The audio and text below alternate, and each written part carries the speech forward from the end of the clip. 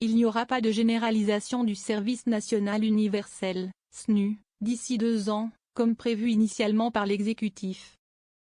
Ce dispositif lancé en 2019, issu d'une promesse de campagne d'Emmanuel Macron, sera directement percuté par la rigueur budgétaire qu'impose le dérapage du déficit public. La généralisation annoncée pour 2026 demande un engagement financier, aujourd'hui inatteignable. En tout cas, les crédits 2025 ne nous permettront pas d'aller au-delà de ce qui a été fait en 2024. A déclaré Gilles Averroux, le ministre des Sports, de la Jeunesse et de la Vie associative, lors d'une audition devant le Sénat, ce mercredi 30 octobre. Dans le projet de loi de finances, PLF, 2025, le budget alloué au SNU marque une très nette baisse, passant de 160 millions à 128 millions d'euros.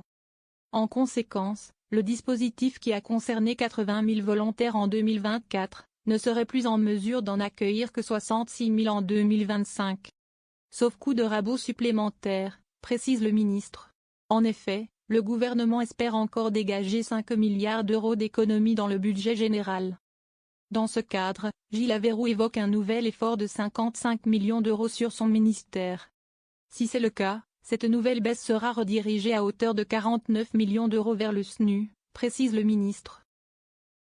Ce qui réduirait à nouveau le nombre de stages prévus à seulement 40 000.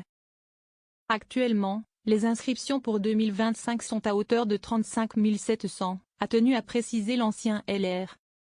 Les remontrances de la Cour des comptes. Inspiré du service militaire, le SNU se divise en 2 volets, une mission d'intérêt général et un séjour de cohésion, centré notamment sur des activités sportives et culturelles. L'objectif affiché, le rendre obligatoire pour toute une classe d'âge, soit environ 800 000 personnes. Mais en septembre dernier, la Cour des comptes a livré un rapport particulièrement sévère sur ce service civil, épinglant son déploiement laborieux et un coût largement sous-estimé. Le SNU est un sujet qui fait débat, a reconnu Gilles Averroux devant les sénateurs.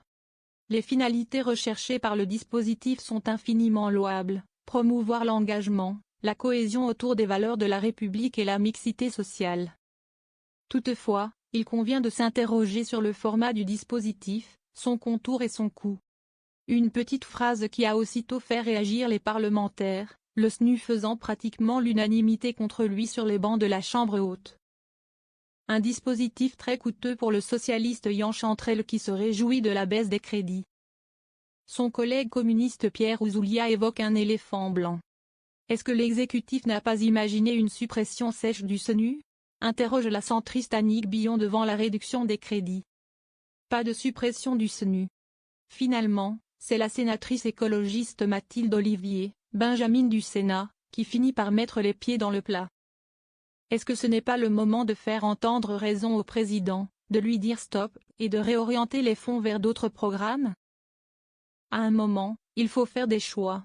On ne peut pas entendre d'un côté des discussions de responsabilisation sur les finances publiques et de l'autre des circonvolutions, si je peux ainsi qualifier vos propos. Nous disons que l'on va rediscuter du contour, du format et du coût, a abondé Colombe Brossel, et l'UPS de Paris. Actons le fait que c'est un échec, cela arrive parfois avec les politiques publiques. Non, pas de suppression sèche envisagée, a assuré Gilles Averroux qui, après cette exécution en règle, n'avait plus qu'un seul argument pour tenter de défendre le dispositif. 94% de ceux qui y participent trouvent que c'est une bonne formule.